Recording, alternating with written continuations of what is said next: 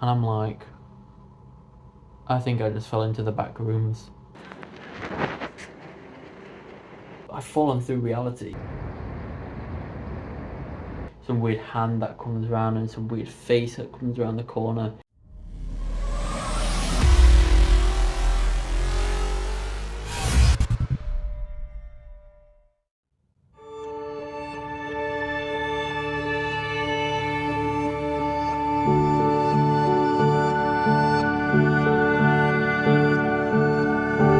Oh, hi guys.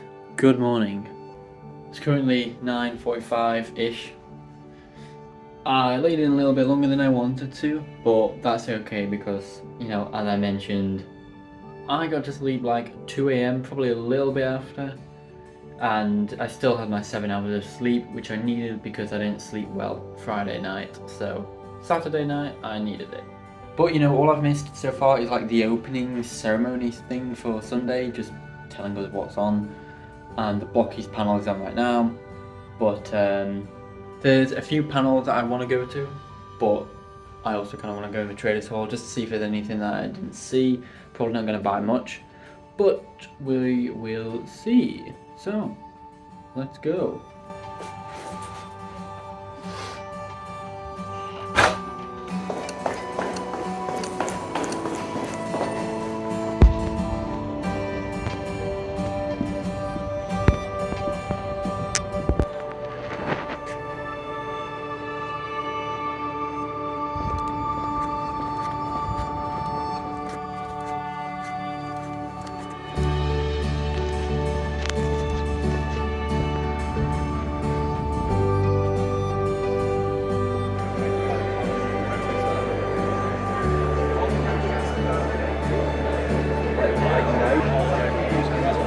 Morning.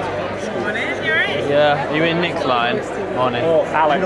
Alex. We've done Nick already. Nick's on the far end. How long does it take to actually get down? About half an hour? To get down the line, Yeah, all the way. we saw Nick before there was a line, we just beelined him straight away.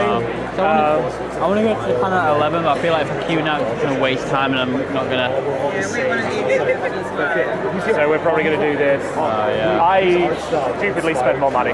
Real one. I Ultramagnet? saw his commission. I saw his commission for me. I'm trying He said he hasn't finished yet. The gun is in my pocket. Ooh, Carnivac. G1 Carnivac, Yeah. complete. How much was that? At least 80, 100? 150, my friend. 150? I don't know the prices on that, so... With proper retro dust on it as well.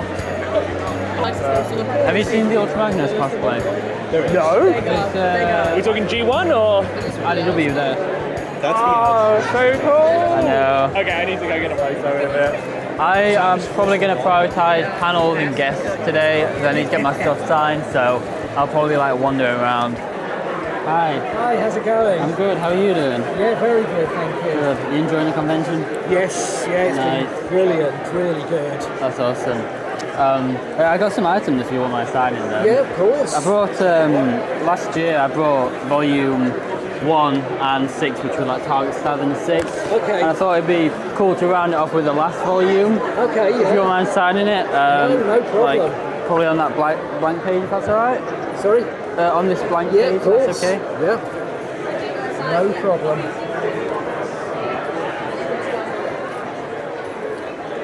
Do you have like a favourite sort of story that you've, contributed overall? It's Or? probably Target 2006, that one. Yeah, that's the one I got signed last year. It's probably Yeah. my favourite too. You know, because it set off so much else. Yeah. In terms of what we could do with the storyline. Yeah. I think that was always my Thank you. favourite. Is it? Would you mind signing that as well? No, I know the movies can be controversial, but I'm a huge fan of them. Yeah, no. And like the background and the lore that you added to it, and this book really shows like the powers and the abilities and. Yeah. No. Was there any I know you mentioned on the book you look at the screenplays and you get like the background information, but were there any specific place where you found the power levels and stuff like that? Honestly, I think I had a free rein to kind of Yeah. just establish some of that stuff in that book. you know, Hasbro had to see and approve everything. Yeah. So, you know, it felt like, well, we can just put that in there, and if they're happy with it, that's how it becomes canon, I guess. Yeah. So we're looking at the power level, and I was curious, like, if that meant like the overall, like, just power of them, or. Yeah, I think so. I think, you know, just in a kind of how much, you know, sort of how much damage they can take, how much damage they can inflict, all those things, really. Yeah, but no, it's amazing, like, showing all the details. But no, thank you very much. Oh, you're welcome. Nice to meet you. Would I be able to get a photo quickly, if that's okay?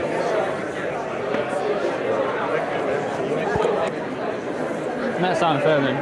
Oh, well done. Done signed. Yeah. Did you ask him about the... What did he say?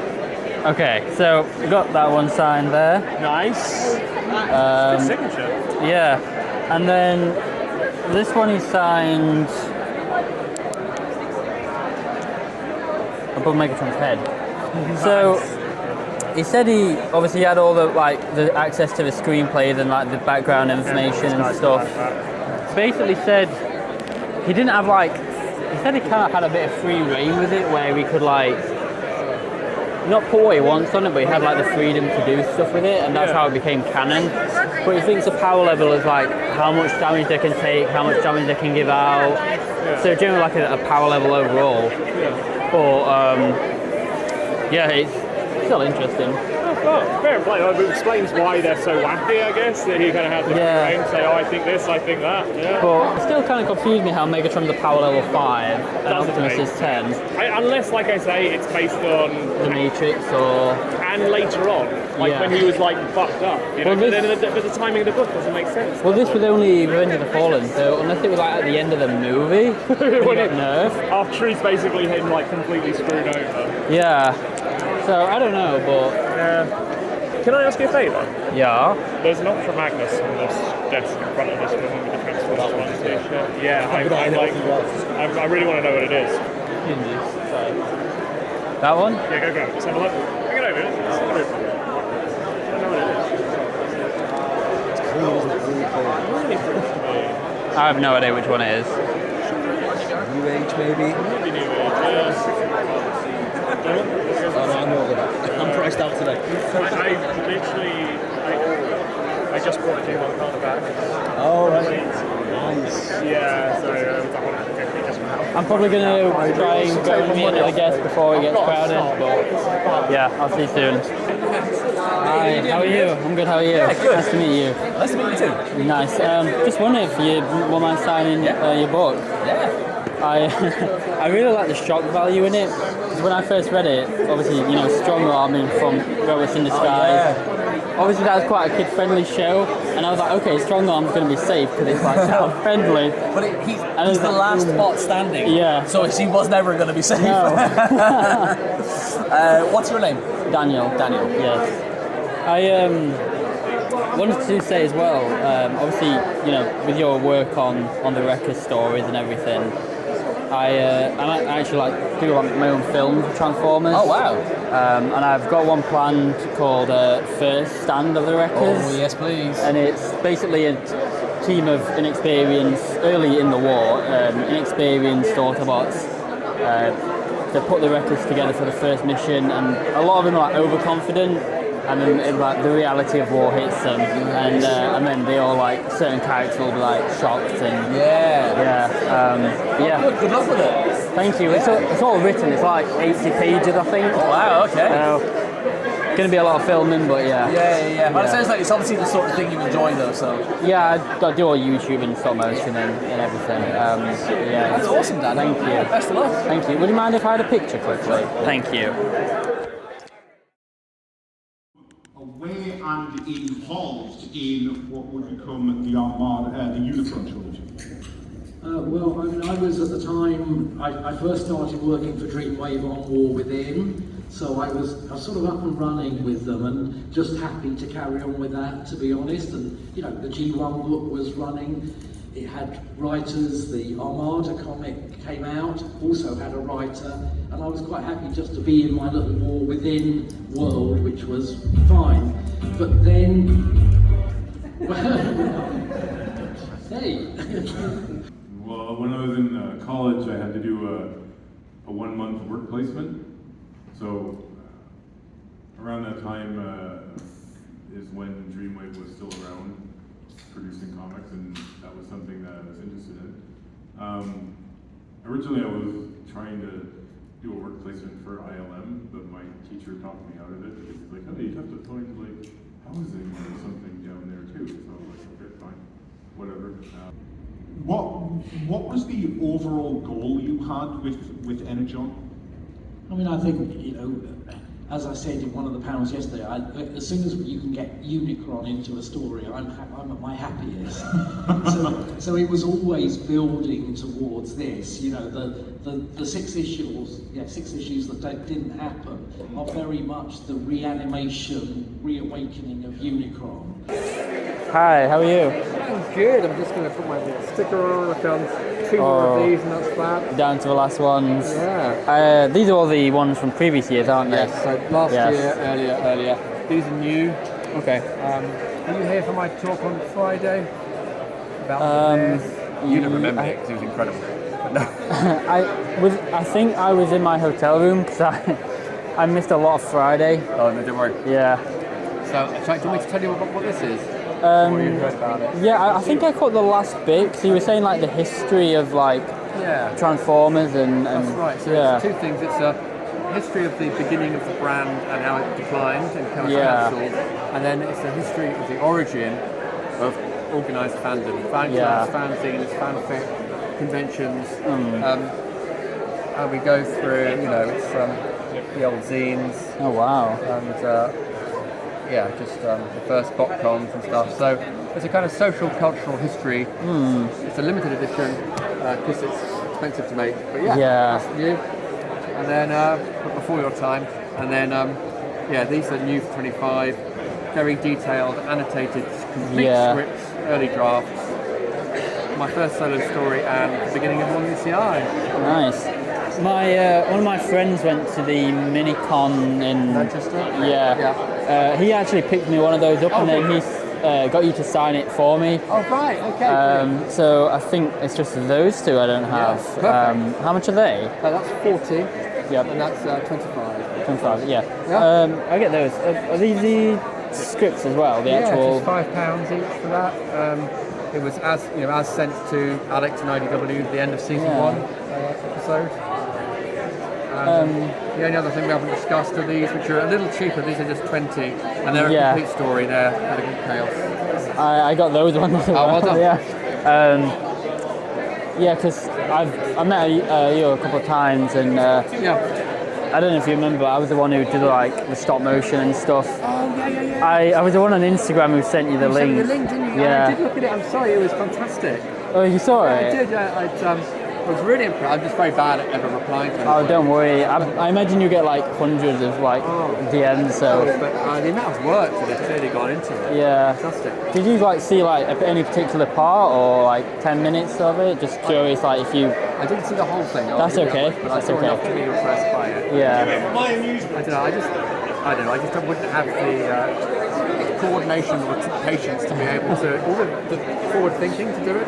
Yeah, it takes a lot of time. Yeah. But like the scripts like really interest me, obviously because I write the scripts. So are they all the same issue though? Yeah, like different ones. So would you like one of those? Go on then. I'll have one of those. I mean, I'll have those 2 as well. Got it. And sign them over to you. Thank you. What's the name again? Sorry. Daniel. Daniel. Yeah. Yeah, no, I appreciate you checking them out and everything. Anything which obviously takes work like that deserves to be supported, you know. So I sign the book over to you too, Daniel? Yes, please.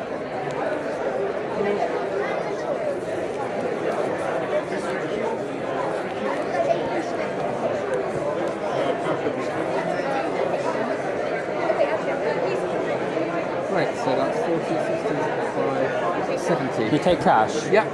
There you go. Right.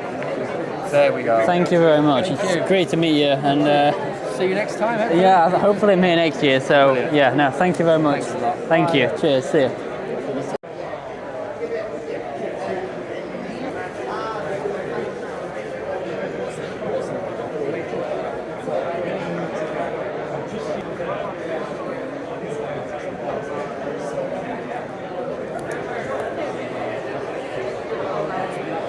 get the 3-0 Bumblebee, please? Yeah, which one, mate? That Rise of the Beast. Yeah, I tried to get down with them with my backpack. I didn't want to pull the shelf down. The right move.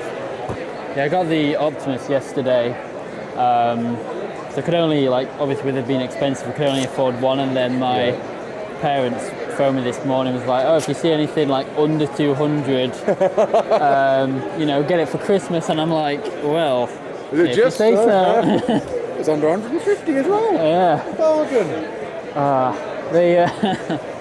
They sent me a text yesterday as well, like if you see anything reasonable price, and I was like, is 175 reasonable? So what's reasonable these days? Yeah, they don't. Good stuff, mate. Yeah, no, thank you. Thank you. Cheers. Have a good rest of your day. You too.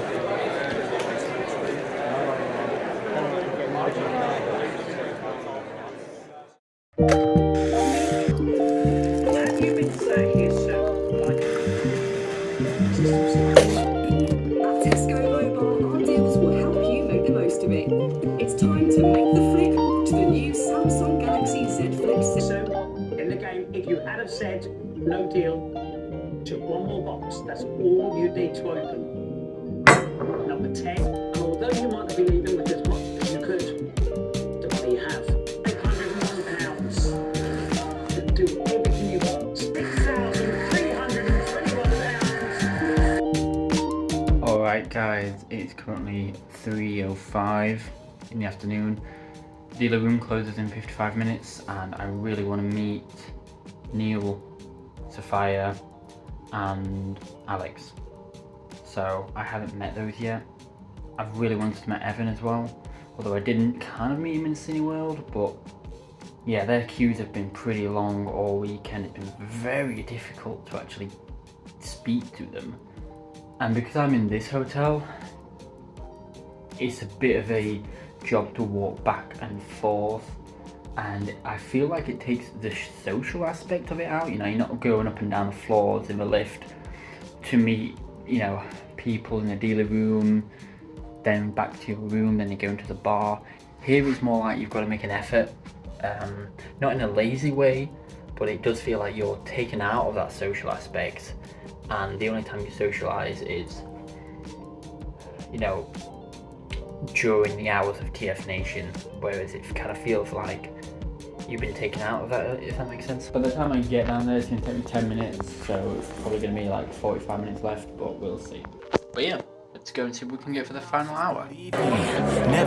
Hi, how are you doing? Good, thank you. I'm good. Yeah, I just wanted to come up and say, like, hi. I was a big fan of Doctor Who growing up, and yeah, David Tennant was like Your favourite? Yeah, and how old were you when you saw Girl in the Fireplace then? About 10? 9, I think. 9, yeah. But the Clockwork Android robots were always one of my favourites. Yeah. Good. Very scary. Yeah, it had like an eerie feel to, like, especially when it was like under the bed and everything like that. But yeah, how are you finding the convention? Yeah, it's a great one. Really nice. Everyone's really, really nice. I've never been to a Transformers convention before. So, are you a big Transformers fan as well? Yeah. Yeah. I mainly like the movies, but I know obviously, you know, you didn't have a great time with some of the films, but you know, hopefully the convention showed you that, you know, there's more to it, and a lot of the fans, you know, will support you. You know, at the end of the day, everyone, like thousands, are literally here to, you know, support you. So thank you. You're welcome. I appreciate it. You're welcome. Thank But you so much. no problem. I hope you have a good day anyway. Thank you. You too. Thank you. See you. Hi. Sorry. Do you have a movie reverb or gears at all? Okay. That's okay. And just by chance, do you have a Thrilling 30 Straxus or a Generations Cup? The Thrilling 30 stuff will be at the end of this table. Right. We got ransacked first this morning, so Right, we were okay. really low at lunchtime, so I'm very much doubtful. Yeah. You don't have a Generations Cup, do you, either? The tiny one turn or? No, the one that turns like a tow truck. The chug one, the old one. Right. No worries. Right at the far end. Yeah, it's for one of my friends. He only wants like that specific one, but no, that's fine. Thank you. Cheers.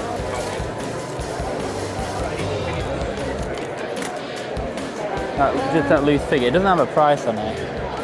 No, that's the demonstration. Oh, they just demonstrate. Right. Sorry, what was it? This one here? Yeah. Have you got one in a box? Or is No, it just that one. It's 60, but it comes with all of these all of this. Right, okay. Alright. Right, thank you. No problem. They are almost the same as all but you'll notice. Here we are again. Another year. I know. Thank you all so very much for coming along to TFNation 2025. It really means a lot to us.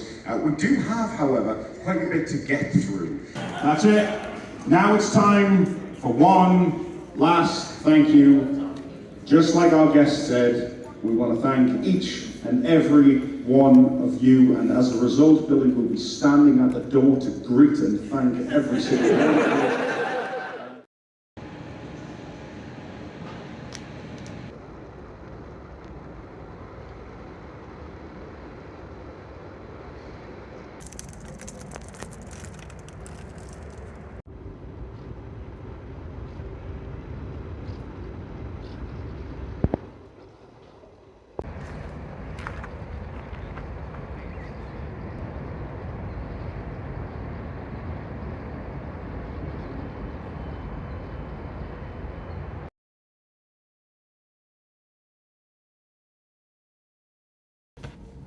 Alright guys, TFNation is finished.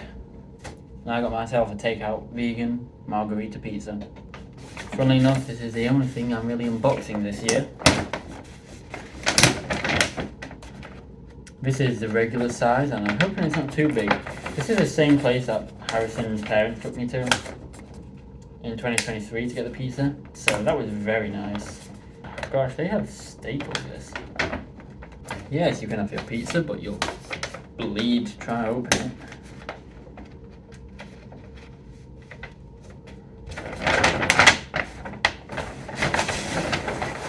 Okay, that's a bit more realistic. This is vegan pizza. Right now, I'm ready for this. I have not eaten properly in all weekend. There we are. Time to devour this. I don't even have any knives or forks, so I'm just gonna rip this to shreds. I need to.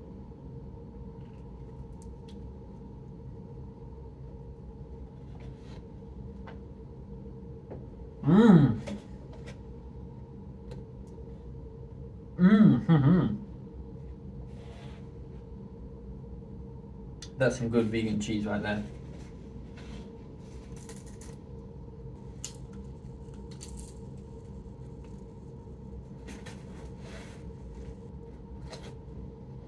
Just me watching the sunset. No TV, no noise, just enjoying the moment.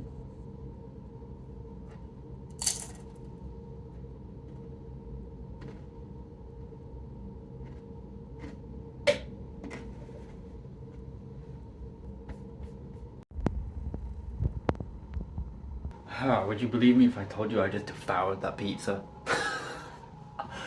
Oh, I think that took me like 10 minutes, 15 minutes max. But I don't know who the chef was, but my goodness me, thank you, because that was the meal of the week. But it's time to pack up, tidy up, and clean up. And then relax. But you know what I'm gonna do before I have that? I'm gonna make some tea.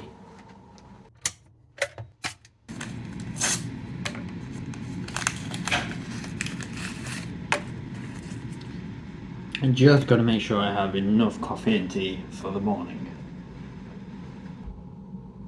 Honestly, like, the one thing I'm missing is water. I drink quite a lot of water, and that's one thing I'm just missing, you know, a glass of water. I have some sparkling water in the fridge and some bottled water, but it's still not the same as your own water.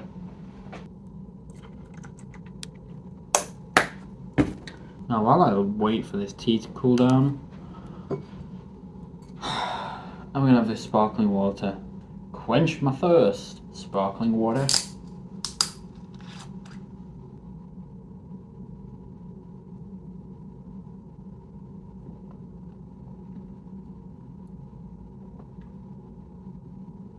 It'll do.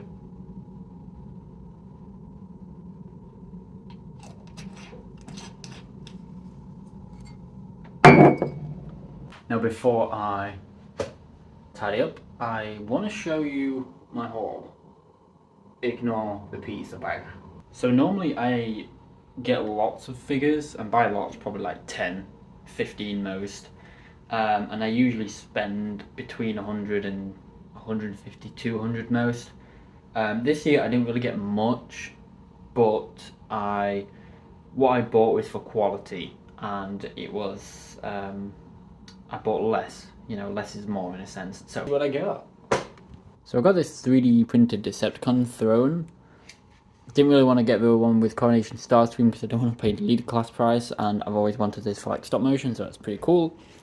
Finally got Skullgrin right here. I did look for Straxus, but couldn't find him. Got Cascade here. Unfortunately didn't see Javelin, but got her for 15, which was a good price.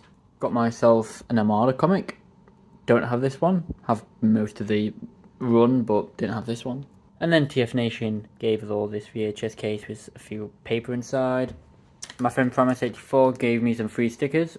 Thank you, I appreciate that. Don't know what's inside yet, but I will open them when I get home when it's safe.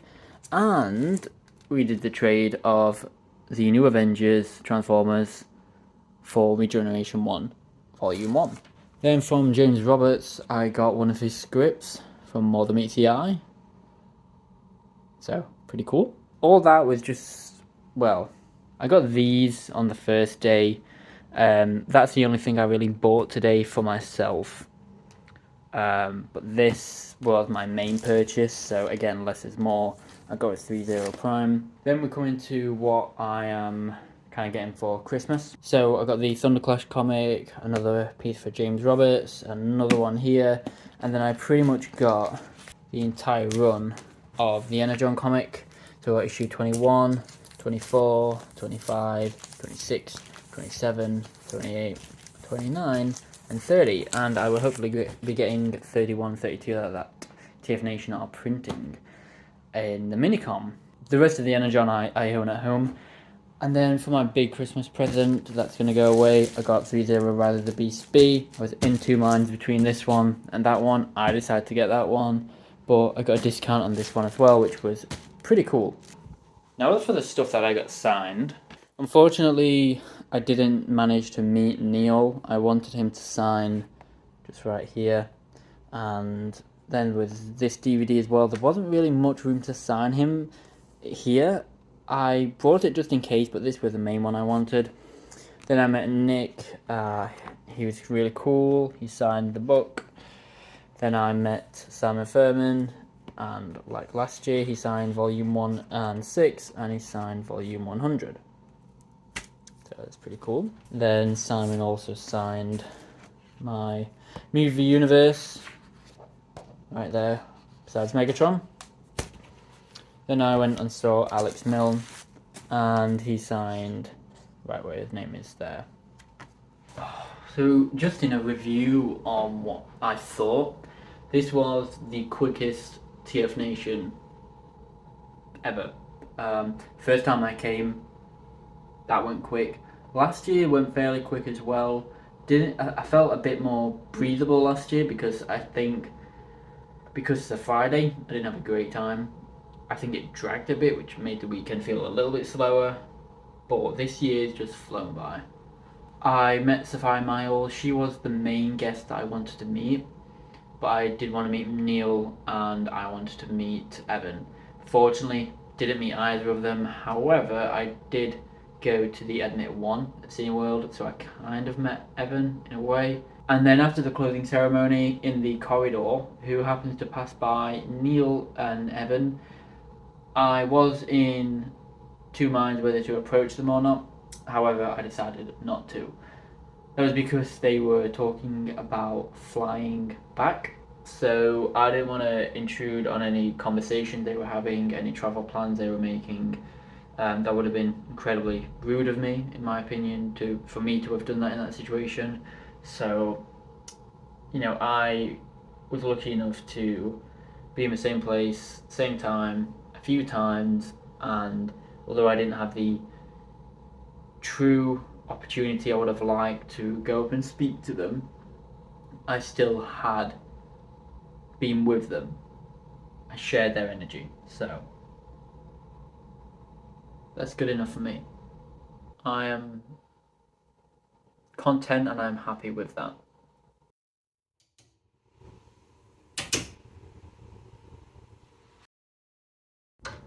Alright guys, so it's been a wild weekend. So right now I'm gonna have my final coffee for the evening and I'm gonna get an early night.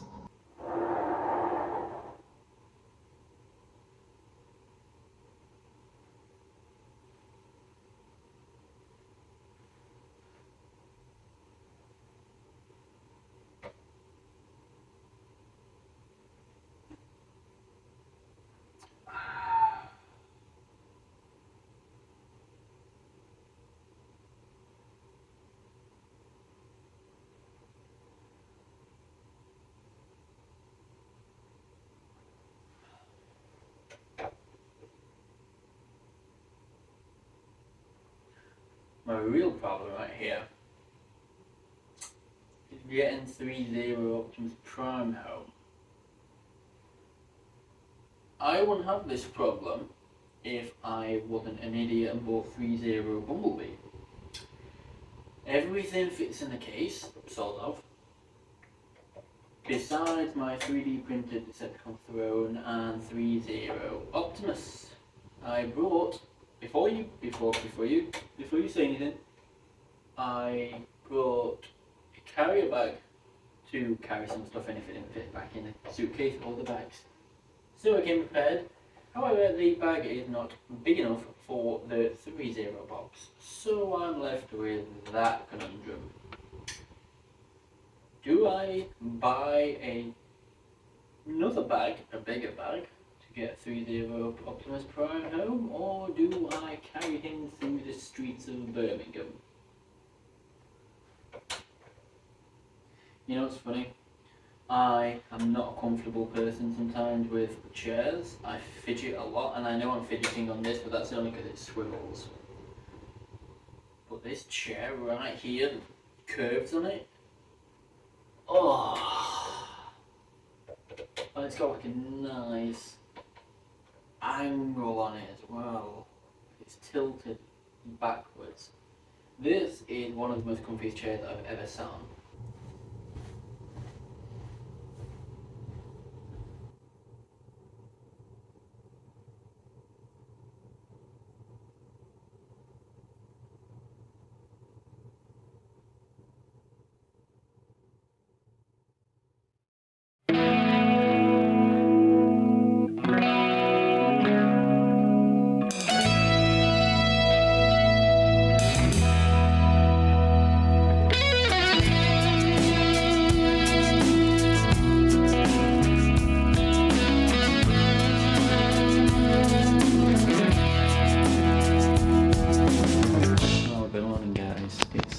Monday, so I'm gonna get ready, and then I think the plan is to grab a Starbucks breakfast and bring this little journey of ours to a close. But before that, I kind of just want to show you something I noticed. So you might notice right there is the moon. Pretty cool that the moon's out still. I gotta say guys, I had like a nightmare last night. I don't even know what it was really about. I just remember like waking up and there was so much going on in that dream. Not the best dream, but again I don't really remember what happened in it. I just remember it being very uncomfortable.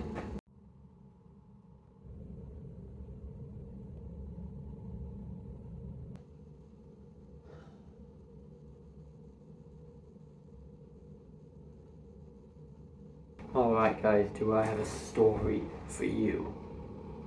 So we're on the way here I caught 2 trains, and going on the first train to the second train, there was a little bit of an experience. Yesterday got like crazy. Yeah. I'll do it in chronology. So I caught 2 trains here. When I had the first train and I was going to the second train at the train station. You basically, do you want to tell us the story? You want our live reactions to it? Kind of, yeah. Yeah, I was getting off the first train to the second train, and then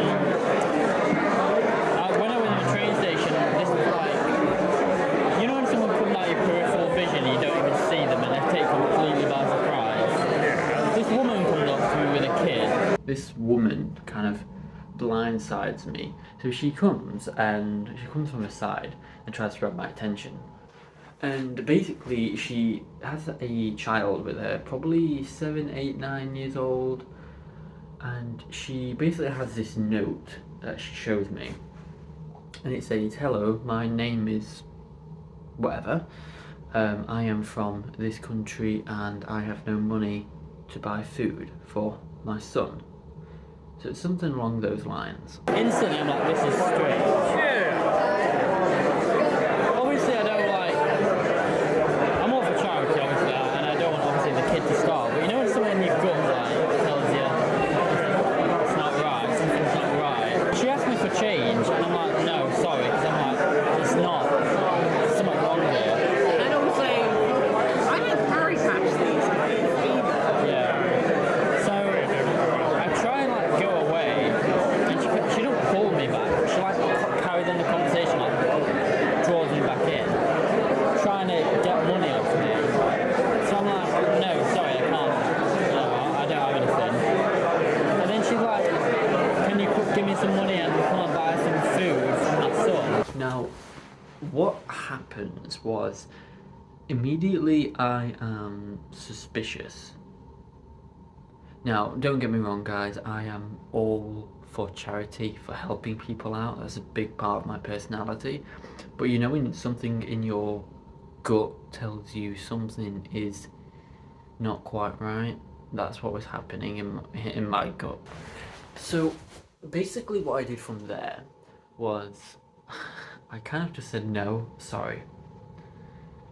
I didn't want to get my wallet out in such a public place in the train station, and I didn't know who this woman was. I didn't know what she was capable of, and I don't know if I was if she was being used as a distraction. It says, is there nothing you can spare? So I'm like, no, I'm sorry.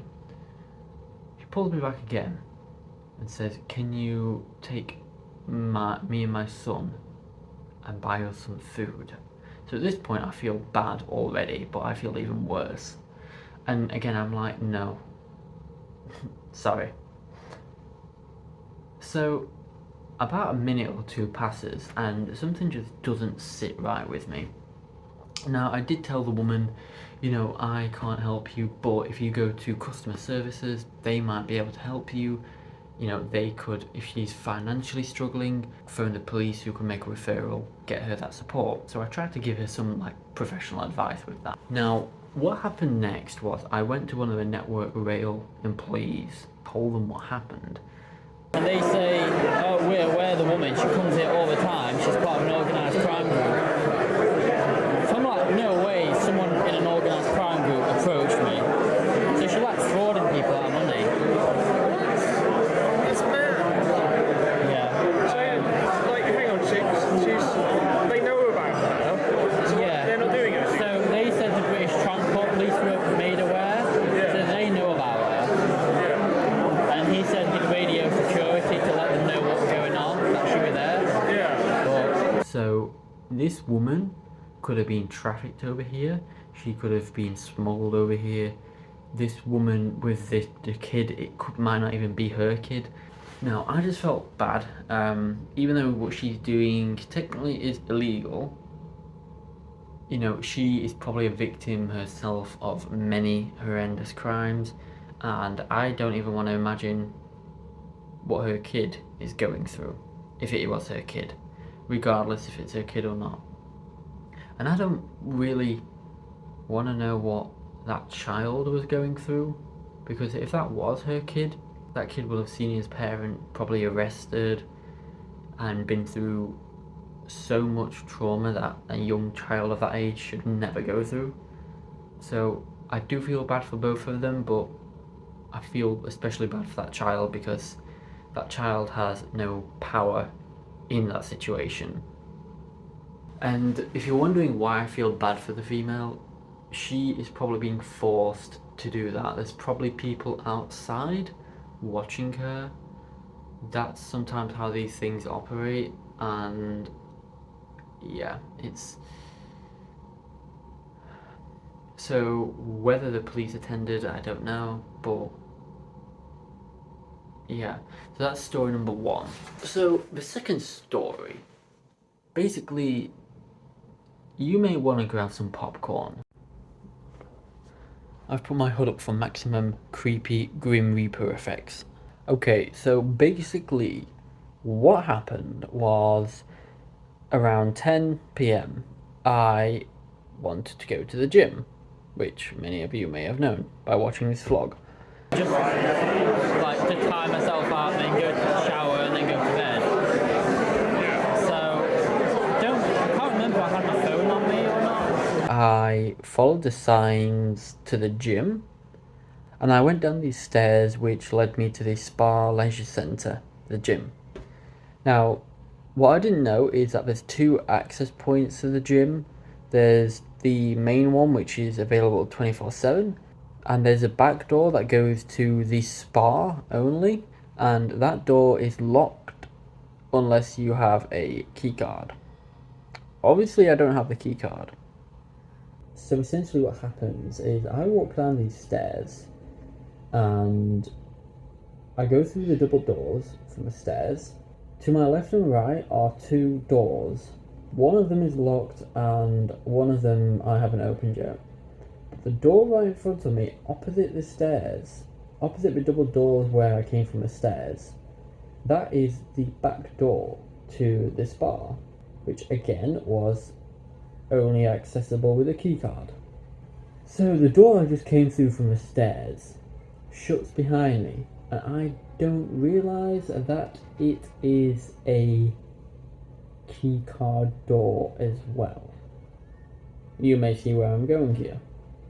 So that door closes behind me, and I'm like, oh, that's no problem. So the door in front of me to the leisure centre, the spa, is locked. The door to my right is locked, and now the door behind me from the stairs that I came through is closed. So there's only a door to the left that's I've not opened yet. So I go through, and it's like these. I can't go back the way I came. Yeah. The door next to me is locked, so there's one door left, and I open it, and it takes me to like, you know, like supermarkets when it's like staff only, and it's just like in like an industrial place. Yeah, and it's like it's not for the public, are they? Yeah. So that was essentially what was behind the door to the left. So I'm like, okay, that's not the way I need to go. I need to go back where I came from, where the stairs is. And again, it's got a key card access pass, but I'm like, you know what? Since I got through all these doors on the way down here, which my key card worked, I'm gonna go back up. So I swipe my key card to the stairs, and access denied. So I'm like, can't go that way, can't go back that way, and I can't go that way.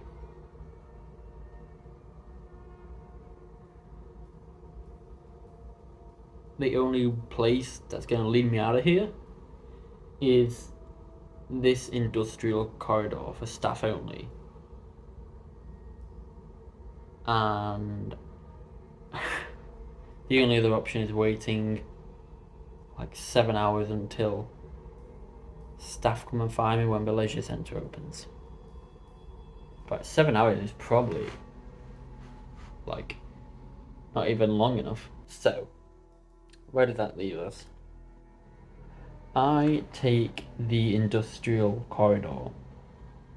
I'm walking around, And I don't even think I had my phone on me at this point, to be honest. I do not remember. So I'm walking around. And I'm walking down these corridors, and I'm looking for a way out of here. Well, where do I go? I'm walking up these flights of stairs. Nothing. I get in this huge elevator, like one of those that transports like heavy weighted goods. It was massive. So I get one of them, I'm like, this definitely isn't meant to be where I am. But it's the only way. So I take this elevator down, I look out thinking, okay, it's going to bring me to a lovely hotel entrance that I just didn't know had a huge big elevator next to it. And it leads me to more corridors, but I don't know where I am. What I need to tell you guys is these corridors, when I say they were huge, they were like as long as a hotel. So I am walking down these corridors, out the elevator, and walking back in the elevator, going back up to different floors. Everywhere leads me to these weird corridors. Now I don't know how long I was down there for, but I feel about 5 or 10 minutes passes. And when that time passes, I'm not thinking of anything. The only thing I'm thinking is, oh, staff's gonna find me, and it's gonna be like this weird explanation. Security's gonna be like, why are you down here?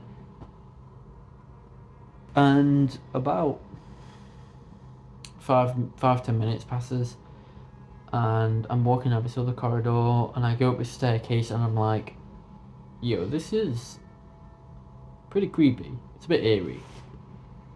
And then when I get to the top of these like 2 or 3 flights of stairs, still corridors, and I'm like, I think I just fell into the back rooms. You know how they say in the back rooms you go from like reality and then you like slip through reality and you never get out? Honestly, that happened for like 20 minutes. I was going around these corridors, up these stairs, nowhere was leading me anywhere.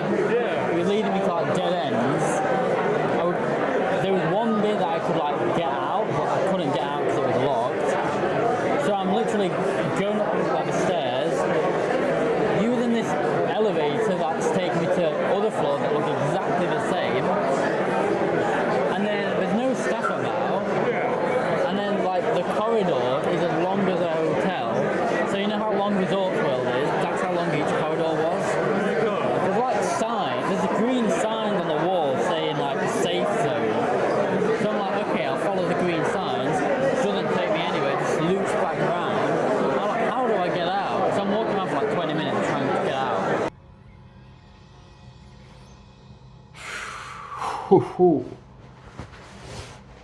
After that, I am officially airied out, like creeped out. I'm walking around more, and I just don't see anyone. The only sign of life I heard was like a vacuum cleaner in the distance, what I thought was a vacuum cleaner in the distance. Now, that was early on when I first got down into the industrial corridors from the elevator. Now, you might be thinking, why didn't I go and ask someone then, when I was initially lost? I had the confidence I could get out of there, and I thought I didn't want to go down there, spook a member of staff, and have this weird explanation when the door to the outside may literally just be like in the next room. I kind of wanted to avoid any sort of confrontation with that. So I literally went from being in a luxury hotel to this crazy backroom vibe feel. And I'm like, I've fallen through reality. I was convinced I was in the back rooms. I was walking down more corridors. I was going up and down the elevator. I was going up and down the stairs. The corridors went a bit windy. They'd be straight for quite a bit, and then they had these weird, like, sections where it kind of went round a corner. But that was like in the middle of the corridor. It had like the end corner and the other end, and then in the middle it kind of went in a bit and then round. I was going up and down repeatedly. I was going all the way down the corridor. So they all led me to the same place every single time. There was only one place that led me to the outside, and it was where the car park was, and I looked through the windows and there was just like no life. And there was a button you could press to open the doors, like a green button, so I pressed that repeatedly and the doors did not open. So I couldn't go that way. I had to go back downstairs. I was convinced if I was going to turn around, I'd see someone, one of those big creepy faces that follows you around in the back rooms, or like some weird hand that comes around and some weird face that comes around the corner, fully expecting to see something like that. Because at this point, it's going to sound strange, but when you're in that environment and there's no life, it's weird how your brain plays tricks on you and convinces you that there's something more going on.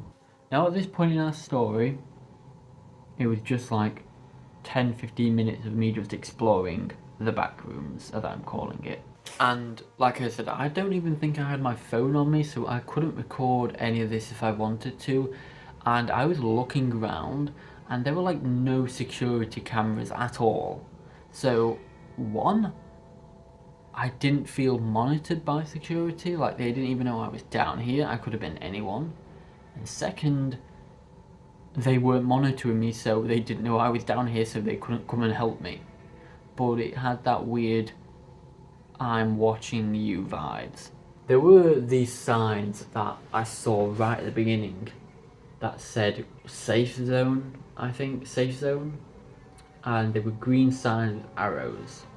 So early on I was like, okay, let's follow these. And I think that's what got me kind of lost, because I was like constantly searching for this safe zone, this safe area that didn't exist. There were doors that led to other places in Resorts World, like the shops and the stores and things like that, but I was like, obviously that's going to be locked. I'm not going to go through a shop because that's not the way I need to go. And yeah, I was following these safe area zone signs, still nothing. So after about 10 minutes, 10-15 minutes, eventually a member of staff comes, and I'm like, oh, thank you, God, but I am gonna get roasted here. But luckily for me, this member of staff was the nicest person. I don't really think he cared that I was down here. He kind of seemed shocked to see me initially, but then he was kind of like, oh, I'm not even surprised you're down here. Like, this guy told me it happens. This is normal, don't worry about it. But I was like, I'm either going to get found by security and question why I'm here. Yeah, what are you doing? And there's no cameras either. I couldn't see any security cameras. Is there no one near there? Yeah. No one like following me. I don't think I had my phone, so I couldn't call for help. I couldn't film any of it. Yeah. So, it was literally like the back room. That's how it felt. So I'm like, whoa. So I'm not the only one to fall into the back rooms. If you've fallen into the back rooms in Resorts World, please tell me about it. Tell me your creepy story. What happened? Did you see any creepy faces? Did security get you? So this guy escorts me out. I'm apologising, even though it's like Resorts World's fault, because like, why would they give you like,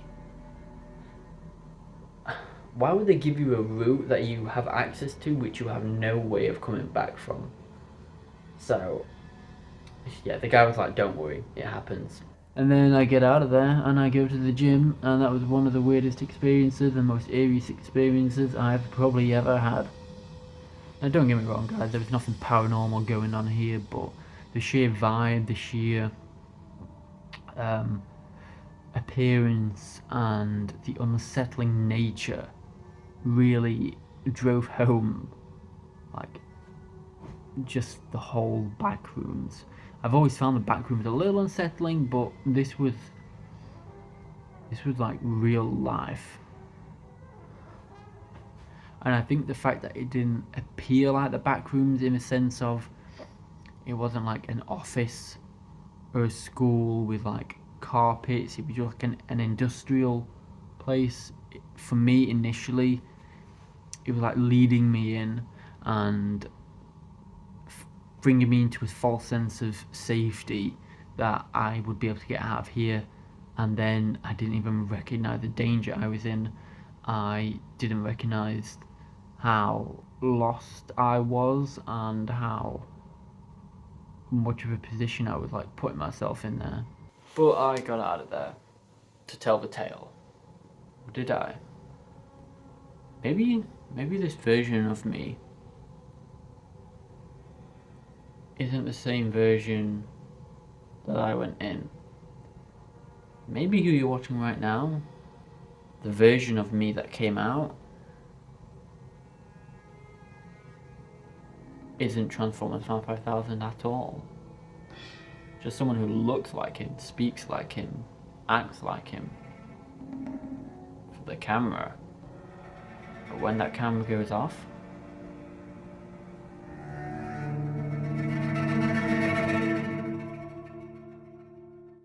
so yeah, that's my creepy story.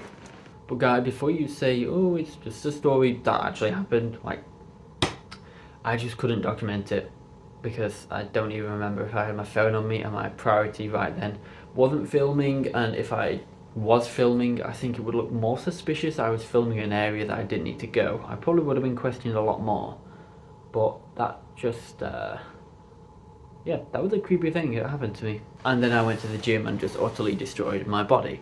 So what you're saying is it's dangerous to go to the gym? Yeah. At night, yeah.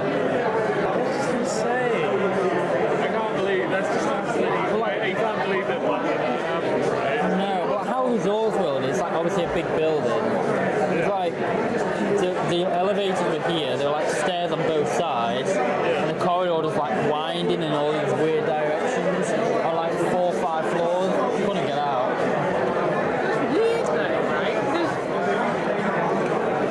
like, why would you have that many winding corridors underneath? Yeah. It was like there was straight corridors, but there was other bits that like wound round. And then I look in a different direction, there'd be another corridor going all the other way. And then the creepiest bit was the stairs. So I get in these stairs and go up like 4 or 5 floors, and it's just like silent apart from like a weird like air conditioning sort of noise you can hear, and my own footsteps. And it's scary, no? yeah. And then it was one of those things like when you turn around you expect to see someone, but it's like there's no one there all the way down the corridor, like for the full length of like nobody. The creepiest bit was the stairs.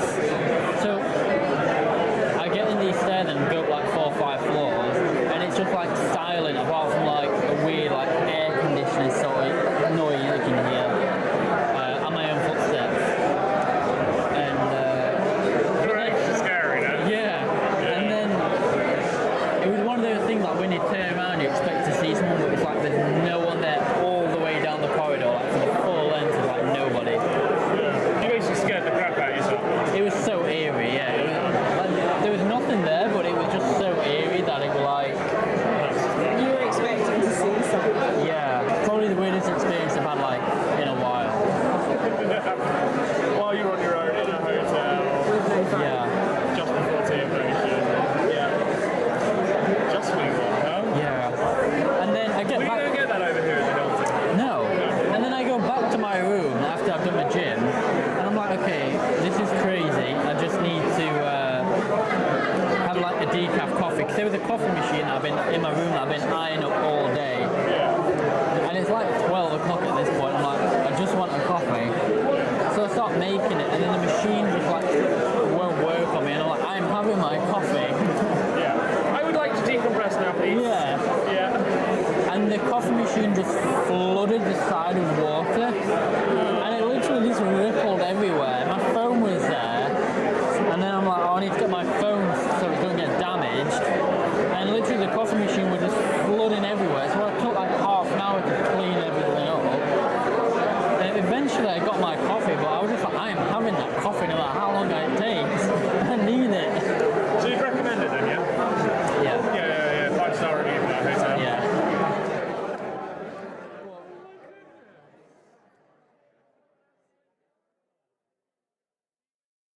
so right now I'm gonna grab a Starbucks breakfast and a coffee before I head out, and yeah,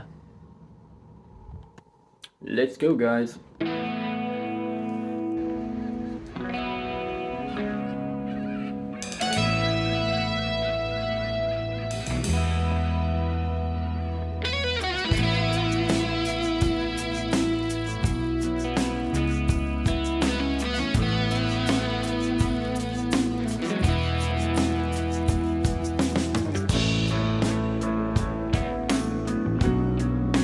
So you may remember where I'm going here. I'm going to the same Starbucks me and Harrison went to.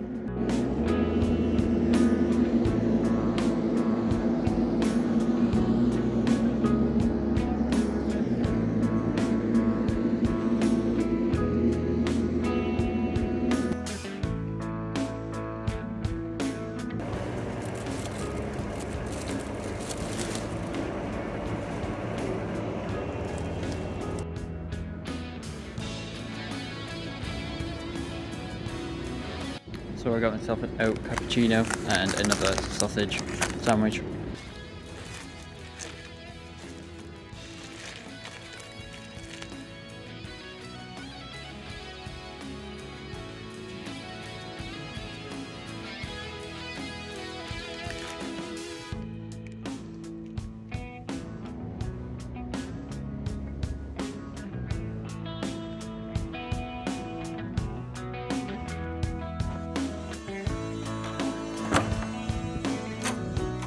Thank you guys so much for joining me on this adventure. It's had so many amazing, eerie and beautifully serene moments to this journey.